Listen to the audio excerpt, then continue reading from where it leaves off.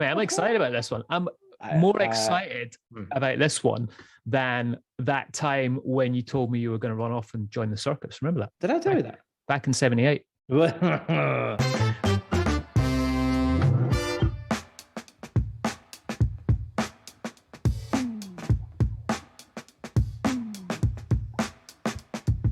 right.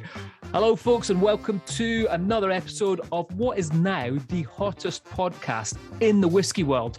Now, that isn't an official fact, just something that someone said to us on a recent trip down to Campbelltown. So it must be true, right, Daz? I think they may have had a few Glen Scotias by that point, Mitch, but yes, I'm taking it. Yeah. So if you guys are new around here, my name's Mitch Beshard, and I'm your co-host. And adding some diamond banter and golden chat for this episode, as always, is the guy the ladies want to be around and all the guys want to be. The one and only Mr. Daz Haldane. Wow. That's quite an introduction, isn't it? You like that, man? You know me so well. Well, look, in this episode, mate, we've got some great questions coming up, actually, from some of the listeners. We've put a few feelers out there. We've got some really, really good questions. And of course, we're going to answer those as we go through the show. But mate, it's been a wee while since we sat down and recorded an episode together. The last one I think we did was in Campbelltown a few weeks ago, which was a proper mega trip. I loved that. It was great to get out and about, but especially because it was Campbelltown. And that was one of our missions this year, wasn't it? It was kind of a New Year's resolution that we'd signed up to and said, that's what we're going to do. So it was brilliant. And we bumped into some pals. We've had Becky on the show. We've had Charlie Mack on the show before. We saw them down in Campbelltown. And it was great to meet Ian McAllister as well of the Glen Scotia Distillery. So a pretty worthwhile trip, I would say. But as I said, this episode, we are going to go old school. It's just you and me, mate. Mm-hmm. You nervous? I'm a bit nervous, actually. Yeah, I'm a bit concerned about this one because, well, what are we going to talk about? It just feels like a first date or something. Do you know what I mean? My hands are a bit clammy and my lips are a bit tight. Mate, don't worry, mate. It's not you, it's me. All right, we'll get through this. Keep me right. So, well, I think let's kick off, Daz. I mean, it's been a while, right? Last time we were hanging out properly was Campbelltown, which I think was about 3 weeks ago now. So let's chat about what we've been up to. You want to kick this off? Yeah, well, mate, I actually went along to a wee event at Hotel Divan here in Edinburgh for the Broody Hen, which is the Summer Hall Distillery's first whiskey release. It's a blend. Very easy going, very nice blend indeed. Bumped into a couple of pals there. We saw Moa, which was really good. And an old colleague of mine, Katie Stollery, who's over at Spay PR as well. So it was a really nice night. I actually met the makers or the owners of the brand and caught up with a few folks. So yeah, I really, really liked that. We've dropped the Angus episode as well, just at the weekend there, which was brilliant. And like I said in the episode, I haven't seen him for a long time, but he's always got a lot to say. Some really good insights and stuff, which was decent. And yeah, obviously the only omission really there, Mitch, was yourself, you know. Yeah, barred you for an episode, barred for a week. You did a good job on that, mate. You did a good job. That was nice. Oh, nice to hear all that. Yeah. What have you been up to? Last time I saw a picture of you were on a train doing, I don't know what you were doing. You had Phil Keane behind you looking over your shoulder. Yeah. It's scary. It's a scary thought. I mean, this month has been absolutely bonkers. Last week was probably one of the busiest weeks I've had in a long time. I've been hosting several tours up in Spaceside, which has been just great to do. It's great having people and being able to show them sort of the whiskey industry again, you know, with everything opening up. The last one I actually did was with a group of guys from London, and I did Glendronach for the first time. I don't know if you've ever been up there, but I had a great experience there. It was so cool seeing that distillery, and the tasting that they put on was fantastic as well. My good friend Colin Corson looked after us, who I used to work with at the Glenfiddich Visitors Centre. Used to manage that. He's away at Glendronach now, so I highly recommend that. The other cool thing I did up in Spaceside was I went to the Bank restaurant with my good friend Ian Logan, who you remember used to be the Glenlivet ambassador. Now he's gone to Duncan Taylor, and Duncan Taylor actually own that restaurant in Huntly. So really cool to see that and hear about their plans. They got some massive plans for around about that area involving hospitality. which is great to see. But highly recommend both those experiences sort of next time you're in Spaceside. What else been happening? Well, yeah, I bought a van, as you saw. Copper Cairn has now got an 8-seater van that's all branded up, so I'm excited about that. It's proper A-team, eh? It is. It's black on black, like black wheels, black tinted windows, and then the copper branding all over it. So yeah, I'm pretty happy with that. So sorry, can I just jump in, right? I'd be interested to see what people think of this, but I've been talking about this for ages, about cars. I know what you're going to say here. And vehicles, whiskey vehicles, right? So the Bentley up at Macallan. I was over at Beaumore not so long ago, had a little spin around in the Aston Martin DBX, which was incredible, which obviously there was some big news dropped recently about their partnership with Aston Martin. We loved the North Star Volkswagen, didn't we? Yeah, the it was camper cool. van. Yeah, cool. Ian Croucher's vehicle was pretty cool. The Balvenie, what was that car? That was a Morgan. Was that Morgan? That's it. Yeah. That was super, super cool. And the Dalmore have got this beautiful truck up at the distillery, which is usually in a garage, but it comes out every now and then when the sun is shining. Mate, there are some seriously cool whiskey wheels. And I feel there's an episode in there. The only problem is that on a podcast, you don't see anything. So you quite quickly shot me down. But if there is anyone out there who would like us to talk a little bit about some of these whiskey wheels, entertain me, tell me it's a good idea, or just tell me to shut it and we'll get back to talking about booze. I think you've pretty much covered it there. I mean, the descriptions that you've given. I answered my own question. That's another episode, mate. Yeah, but excited to have that though, because that's been a long time in the making, putting that all together. So it's kind of cool to have it. But I kind of I sort of christened it going up to Spaceside again, funnily enough, but this time it was for the launch of House of Hazelwood, which we're going to chat about a little bit more in the news. And I've done 2 events with them since. I was just down in London, as you mentioned earlier, with Phil Keane, doing the first ever public tasting for House of Hazelwood, which was really excited to do that. So yeah, mate, it's been crazy busy, and it's just getting busier for me right now. I think you're exactly the same. This is just bonkers season at the moment for the both of us. It is. Yeah, it's very busy. It's very busy. What are you drinking? What's in your glass? I have just poured myself a wee Deanston 26-year-old, which was all in sherry cask, which isn't an official bottling. It's a little sample from our good friend, Mr. Greg Urquhart, who gets some nice, sexy samples with Glenmore. So yeah, I just poured myself one of them, mate, and it's delicious. Brilliant. What do you got? Good. What do I have? I'm actually sipping away here on a Glenturret 15-year-old. So the 2021 release from the distillery itself. I didn't quite realize when I put it in the glass that it comes in at 53%. So it's an absolute beast, but flavor-wise, it's delicious. You get all of those lovely sort of classic sherry cask, American oak sort of vibes coming through. And it's got that really nice, thick, slight sort of dark, spicy quality as well. So yeah, I'm really, really enjoying it. Actually, I'm enjoying quite a lot of the Glenturrets just now. Need to get those guys on, eh? I know John listens, and I think Rory's listened to a couple of episodes as well. So yeah, need to get the boys on and tell us a little bit more about what's happening up there, because they're doing some really cool stuff. Mate, forget about getting them on. I want to go up for dinner. They've got a Michelin star now. Well, I'm a little bit more, I was a little bit more strategic there. I didn't want to say that. That's obviously what we want, but I didn't want to say it. But you've lived in America for so long. You're just so gung-ho these days. This is the difference between me and you. You're like the very subtle one. I'm the sledgehammer that just comes in. So John and Colin, if listening, Daz and I want to come up for dinner, make it happen. There you go. Such a dick. I'm not associated with Mitch. Well, that's fine then. I'll go up for dinner by myself. If there's a plus one, I'll happily take it. Of course. I'll put my my integrity aside, Mitch. Daz and Mitch's Whiskey News of the Week. All right, so one of the things that I think the big thing that's happened recently is this House of Hazelwood release. So for those that haven't seen that, check out houseofhazelwood.com. This is the new project by the family from William Grant and Sons, and they've released 8 bottles. Now, to kind of explain what's going on here, this isn't Glenfiddich and Balvenie that they've taken. These are casks that they've been sitting on for decades. And to give you guys an idea, the youngest liquid that's going out in this is 33 years old, and the oldest is going up to 58 years old.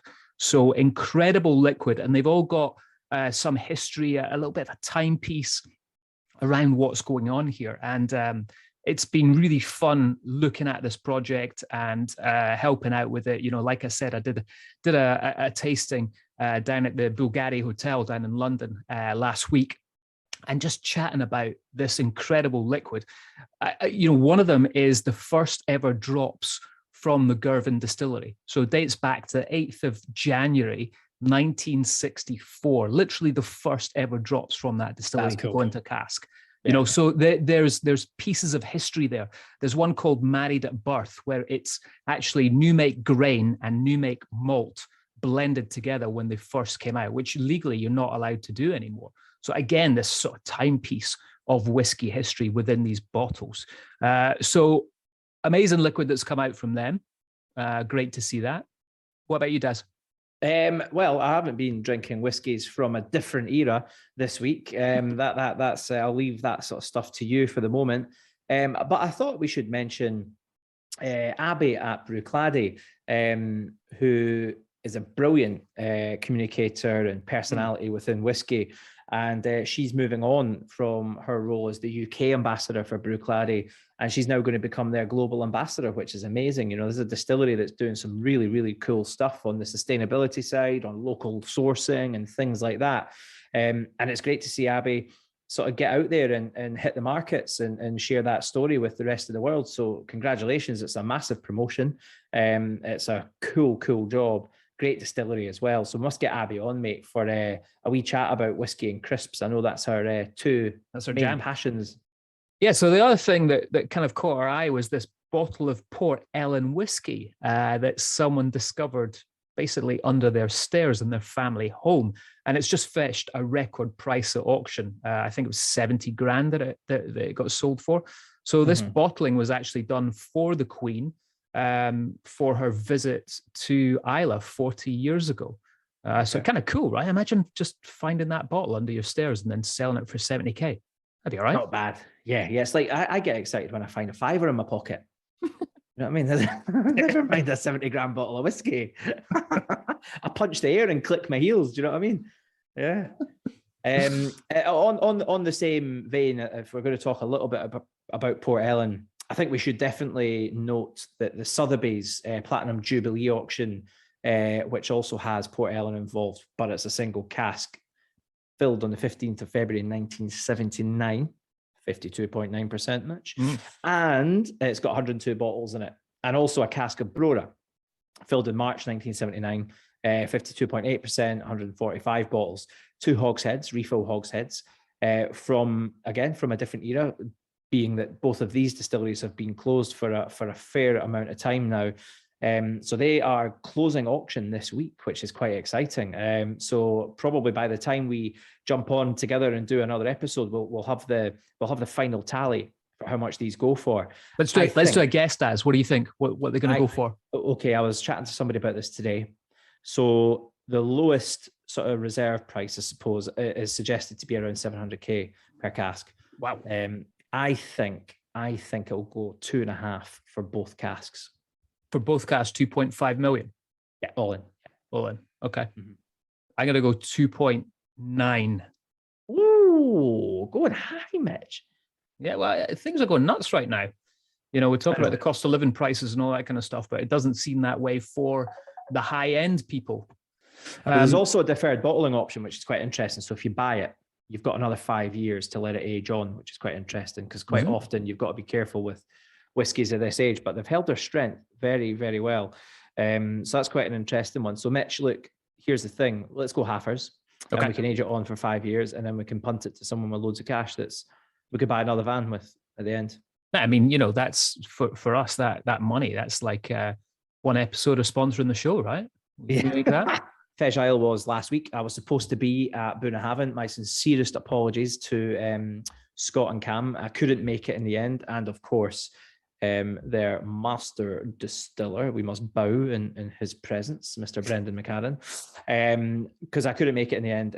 My little man wasn't very well. So that's unfortunate. So we never made it over. I would love to have been there. And actually, I picked up on Nick Morgan's piece on Fej. I don't know if you read this, and a few people will have read this. Quite interesting how Fej really kind of started much more as a kind of cultural celebration, and it now seems to have been hijacked by whiskey and people who are going to get these bottles to do whatever it is that they want. And my takeaway from Nick Morgan's piece was that there's a huge amount of greed now involved in these whiskey festivals that wasn't really the intent. And maybe that's worth a wee review. So a very thought-provoking piece by Dr. Nick, and actually a few really important points I think he made as well. So definitely want to check out, guys, if you haven't checked it out. Who was it for? Was it Master and Malt? Yeah, it was. I think it was interesting reading the comments underneath it as well, because there was a few people from Isla that commented on that. And, I thought it was like 50-50. Some of them were like, well, it's great that it's happening and it's given it more, I suppose, advertising. Yeah. But then other people were like, yeah, well, it was our festival back in the day and it has got a little bit crazy now. And, I've never been to Fej, and one of the reasons is it just doesn't appeal to me. It looks too crowded. It looks too crazy. And I've got no appetite to actually go over there. I love going to Isla, but not for Fej. It's interesting, isn't it? Because I felt that there was, having been to quite a lot of these festivals, there was a nice element of naivety and sort of brilliant sort of freshness to the Campbelltown Festival. And it wasn't like that. It wasn't a stampede. Even at Springbank, which everybody's clambering about, I saw Royal Mile Whiskies stopped selling that online now. They're only selling Springbank to the trade, which is quite interesting because of the clamour around Springbank. But we never really saw that particularly. People were queuing up early and all that kind of stuff, but we didn't really see it getting too ugly, I don't think. Oh, we haven't got a jingle for this. We should sing one. We should sing a jingle. Do you want me to sing it? Go for it. Ask me what you want, what you really, really want. Ask me what you want, what you really, really want. I really, really, really, really want to answer all your questions. Sorry. All right. So good intro there, Daz. Thanks. What we've done this week is we've put some questions out to you guys on social media just about things that you want us to answer, and whether that's based on the podcast or just simply things that you've been thinking about with regards to whiskey. So we got a load of them in, Daz. This is kind of cool. Thank you so much for everyone who took the time and the effort to write in. I was quite surprised by the response. I'm not going to lie. Yeah. I didn't think there would be as many questions. I certainly wasn't expecting the volume of abuse that I received personally from people like yourself, and I'd like to call out Becky Paskin as well. It was, I thought quite uncalled for, to be honest, but that's fine. I'm okay. I'm quite resilient. Yeah, that was quite amusing. Right, so let's kick this off. First one was from Scott Hamilton. Have you thought about YouTube Live for episodes? This is your area of expertise. Yeah, I mean, we've talked about this a few times, and yeah, we'd like to do it, but I think, this year we've just been concentrating on putting the podcast out via audio. So I think it's one of the things that we want to do in the future, and we definitely want to do the live versions that we're doing, stream them live via YouTube Live or Instagram Live. That's the kind of idea moving forward. So Scott, yes, it's definitely something that we've thought about, we've talked about. Whether we're going to do it straight away, definitely not, but maybe next year. Yeah, nice. Scotland on the shot, Mr. Urquhart. Can you share the vast amounts of free samples? Share the wealth. Well, my friend, you have given Mitch a 26-year-old Deanston, and you haven't given me one, which I'm not happy about. There you go. That's kind of ironic that he wrote that. That's one of the questions. Yeah. I'm drinking one of his free samples that he gave me. I know. So Ben Marnock, this is an interesting question, because this, I think, could be a whole episode by itself. So question is, chill filtration, does it make a difference, and should it be on the label as standard? So just to explain, maybe some people don't know what chill filtration is. Basically, when you have a bottle of whiskey, you can put it through, you can go down two paths. The first one is to pull out a cask and basically put it into bottle. Maybe you add a little bit of water to it, take the ABV down, and that's it. The other road you can go down is finish your whiskey, and you put it through a process called chill filtration. And normally that's going to be whiskeys that are at 40 to under 46% there or thereabouts. And what happens here is you push your whiskey through a series of filters that are like coffee filters. You bring the temperature of it down, and that takes out all these fatty acids, these kind of esters within the whiskey. So that kind of sums up chill filtration. I think that was pretty good in about 30 seconds there. Yeah, not bad. It definitely has an impact on texture. Yeah, that's for sure. 100%. When you take out, and one of the reasons that we started to chill filter whiskey, and I always tell people this, is that the American market, they started adding ice, they started adding water, all this kind of crazy stuff that they do over there, soda water, obviously, and the whiskey went cloudy. So the reason we started chill filtering whiskey is just to keep its consistency of color, so it doesn't have that effect. Do I think it makes a difference? Absolutely, on the color of it. Do I think the audience, the Scotch whiskey audience, the general public that doesn't necessarily have that vast amount of knowledge is ready for that? And are they going to understand what's happening to their whiskey? I don't think so. We're almost there, but I don't think it's quite there yet that we could do it to all whiskeys. But yeah, I mean, should it be on the label? I think most whiskeys I see, a lot of them put non-chill filtered because it's a little bit of a boast for them, right? Yeah, I think so. It's one of those little details, it's the fine tuning, if you like. You go and buy a car and it says it's a turbo diesel injection, and it gives you a little bit more information, V8 or whatever. I always think those details on a bottle are a little bit like that. Does everybody know what V8 means? Not really. Does everybody know what chill filtration means? Not really. But what it does imply is that there's a better performance in there because of that, and so people do look for it quite often, I think. And it's one of those, it's a small thing. But I think texture-wise, which we don't talk enough about in whiskey, and I always say that, it does have an impact on texture. They say no impact on flavor, and they've done lots of tests, and there's lots of scientists who would agree with that. But I do think texture is a different thing from flavor. Yeah, 100%. That's a good car analogy. You're on fire with the automobiles tonight, Daz. Mate, I know. I'm rolling back the years. I used to be a bit of a car head when I was younger. Henry Pritchard has dropped us a line, mate. He's actually asked us a couple of questions, and one of the questions he's asked, I like it, is what would you like to see from whiskey over the next few years? And certainly from my point of view, Mitch, there's two things I would like to see.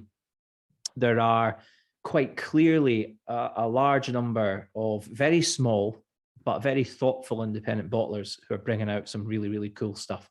And the stuff that you're working on with the House of Hazelwood's a great example of that. Stuff I'm involved with on Fable. We talked to North Star. Angus we had on last week. I want to see more of that. Get access to some of these weird and wonderful novelty casks and things, all into that. And the other thing I'd love to see is, well, I'm really looking forward to see, I'm not sure it's a change, but something I'm looking forward to seeing is some of these new distilleries, how they evolve, how they develop. Will they all survive? Will they change hands? That part of the industry is so fascinating and quite unpredictable, I would say, Yeah, I'd agree with all that, mate. It's a great shout. And he also asked another question, which is, what would you consider to be a unicorn whiskey? Fair care, of course. I mean, I don't know if he's asking what sort of brand, what particular expression. I think what he's alluding to is, what a whiskey that's just one of those that you've maybe held once or tasted once. What, have you tried any of those unicorn whiskies? Yeah. I mean, I always define it as either a distillery that no longer exists, or it's a really rare one that was a one-off. I think I just talked about a few of them with House of Hazelwood. They're going to be one-offs. 8 bottles, that the Girvan one that I was chatting about, 71 bottles worldwide, and that's it. So that's definitely a unicorn whiskey right there. Other ones that when they get up to, I just tried an 80-year-old, which was absolutely insane. That was the Gordon MacPhail Glenlivet expression. You were drinking that in Miami, right? Yeah, I was. Did I tell you I was in Miami? Yeah, just popped over there for the Grand Prix, mate. Was it the Grand Prix, was it? Oh, another car thing, eh? Yeah, we just call this Not Another Car podcast. Mate, if we called it that, maybe you'd remember to put car in it. I know. To put whiskey in the name. Yeah, that's funny. But yeah, what about you, Daz? What unicorn whiskey you had? I mean, I've tried a lot of the very old Macallans over the years. I've tried some of the rebottlings as well, some of the stock that was bought back from Benoni. which was really fascinating. 1927 Macallan, which was bottled in, I think, 1971, something like that. That was really, really fascinating to try. I remember tasting it like it was yesterday. It was a really, really special whiskey. I thought it was beautiful.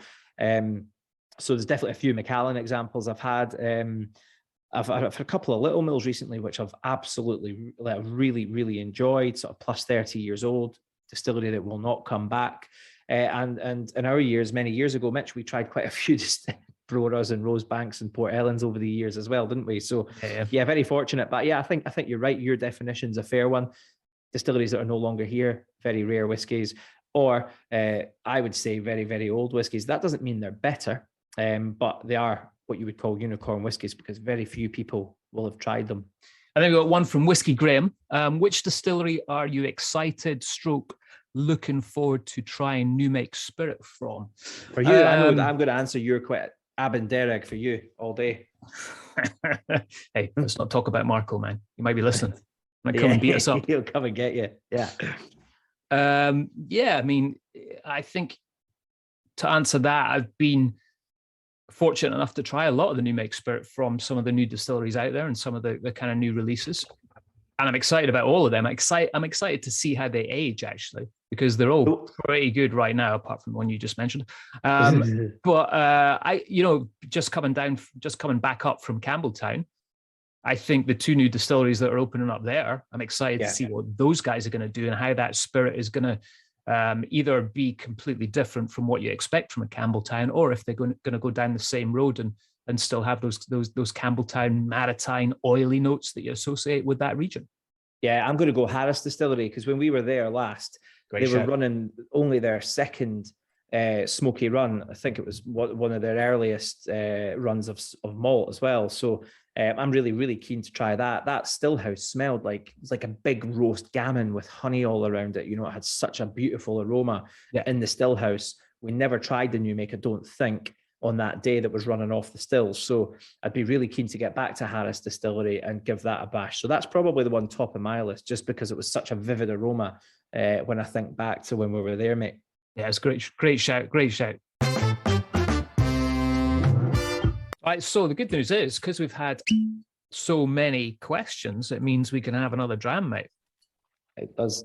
I just poured myself a wee Balvenie 16, the new French oak, finished in Pinot cask. You ever had Pinot before? Yes, I have. Yeah. So quite interesting one there.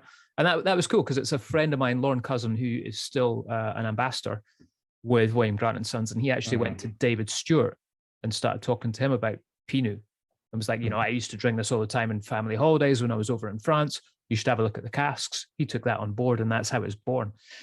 So quite surprised at the age statement on it, to be honest. What, the 16? Yeah. It's punchy as well, 47.6. So nice to see Balvenie putting something out at that age, at that ABV as well. What did you crack? Mate, I just went for another 15 and I opened my can of Larkfire. I've sprinkled a bit of water in there just to bring it down a touch and a can of beer. There we go. Because I'm a legend. Should we get back on with the questions, mate? Let's do it. Yeah, let's carry on. Swally Ali. Swally Ali. Ali, hope you're well, mate. Cracking out the chumpy. It's not very easy after two whiskies, Mitch. Cracking whiskey out of a chunky tumbler or an average whiskey out of a Glencairn. Well, this is a very easy answer for me. I don't know about you, Mitch. I don't really understand the question. So is he asking cracking whiskey out of chunky? So he's asking what do I prefer drinking? What glass? Out of Mitch. So let me just make this very simple for you, Mitch. Do you prefer a rocks glass or a Glencairn glass? Yes. All right. Let's take whiskey out. Thanks, I know that's confusing for you. Yeah. I always say, for me, it's like I say to people whenever I'm doing a tasting, there's two ways of drinking whiskey. One of them is when you're sitting down analyzing it, when you do, as you do with the tasting, which you have to have, in my opinion, a Glencairn. But then if you're just sitting about hanging out in a bar, sitting watching a movie, then 100% rocks glass, maybe even a couple of ice cubes now and again in there, depending on the ABV, some water. But, I think if you're just sitting relaxing, watching a whiskey, like a rocks glass is just great for that. It just feels nice. Glencairn for me doesn't feel nice if I'm sitting relaxing, enjoying a whiskey. That's fair. What about you? Me, I am going to go for rocks glass all day long. I like all of my whiskies out of a rocks glass. As I think I've mentioned this before, I really like whiskey on ice. So I very often have it in a rocks glass for that reason. You know, I always chuck a couple of cubes in, especially if I'm at home and it's a wee bit earlier in the evening or whatever. Yeah, so no, good question, Ali. Nice. We'll send you a wee picture of us enjoying from a rocks glass. And good whiskey in a rocks glass. Yeah. Great question, Ali. Shite phrasing of the question, but simpler terms for Mitch, please. Yeah. Just break it down like baby speak. That's what goes well with me. Words Over Whiskey has asked us what are some of your favourite whiskies from other countries other than Scotland. Now you've got the benefit. You've lived in a few countries now, Mitch. Well, I was going to say, not aside from that, we did a wee episode on this, World Whiskies. So if you haven't checked that one out, go back and have a look at it. We went through. It's very good, Mitch. That's very professional of you. You like that little tie in there, Daz? I did. Well done, mate. Little promo for the show.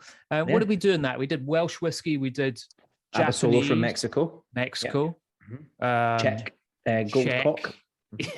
What was that called again? Gold Cock, of course.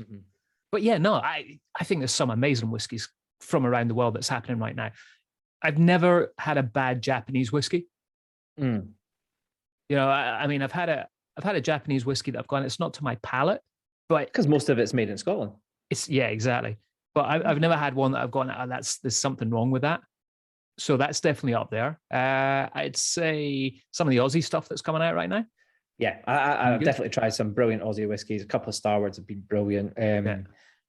We did a tasting recently, didn't we, with Craig from Lark, and some of that stuff. Like he let us taste was superb, and I know there's more out there as well. Definitely, my two standouts, Stauning over in Denmark. They're doing some really really cool stuff. Chaos is a product I've tried a couple of times and I really like. Really interesting. And the other is Westlands. I absolutely love Westlands. I met the guys not that long ago, just at the end of last year. Met them in the gate actually in Glasgow at the pub, and sat and we went through 4 or 5 Westlands, and it was guys from the distillery. It was absolutely superb. Really, really, really good. Single malt, a lot of it. Bringing back different barley types, local and native wood species to the area there in the sort of north. Release was fantastic. I remember trying that. Yeah. And they've done some really cool stuff, and they're very much of the place. That's what they're all about up there in Seattle. So yeah, huge fans of what those guys are doing. So those are my probably my 2 picks that I'm really excited about when I'm looking for whiskies or looking to pick something up. Those 2 distilleries I'd be looking at. But I think it's so interesting now. I mean, we're getting to the point where there's so many whiskies from around the world that are coming out. And it's, that old saying, I think Angus said it, it's like a rising tide and all that good stuff. It's just going to bring up the kind of look of whiskey for everyone. And that's going to get people, if they start Australian whiskey or if they start American whiskey, they're eventually going to find their way over to Scottish whiskey. So it's definitely a good thing for the industry that other countries are now doing it. Yeah, definitely. Good question, Words Over Whiskey. Very good. That was a good episode. It was really good to catch up again. Nice to get questions, actually. It'll be interesting, actually, just to get people's view on that. Like, we always wanted to get people involved that were listening and get them to chip in on topics and questions and stuff like that. And other than the live, this is maybe one of the first times I think we've actually managed to do it. Really, really good. And I have to say, like, spending a little bit of time with you again after a few weeks, it wasn't as painful as I thought it was going to be, to be fair. Thank you for the underhanded compliment. I don't know if was that a compliment or not. It was funny. Like, so get this right. I did a private tasting recently, and I had my daughter Kobe come and help me out. Who's now 16, so she can legally do all that kind of stuff. Obviously, she didn't pour any whiskey. I did all the pouring of the whiskey, but she sat through my tasting and talk about like an underhanded compliment at the end of it. She went, "That wasn't as boring as I thought it was going to be." Is that what she said? That's so good. I was like, yeah, thanks very much, I think. Yeah. I'm actually looking for a new host for this show, Mitch. Yeah, Yeah, man. So no, it was really cool catching up with you because I think, one of the things that we've always done with this podcast is try and do it with the two of us. And we get a lot of guests on, which is great. And, we're always very grateful for all the guests that come on the show. And it's fantastic to have them on. But it's good for you and I just to sit down and have some banter now and again as well. You know what I mean?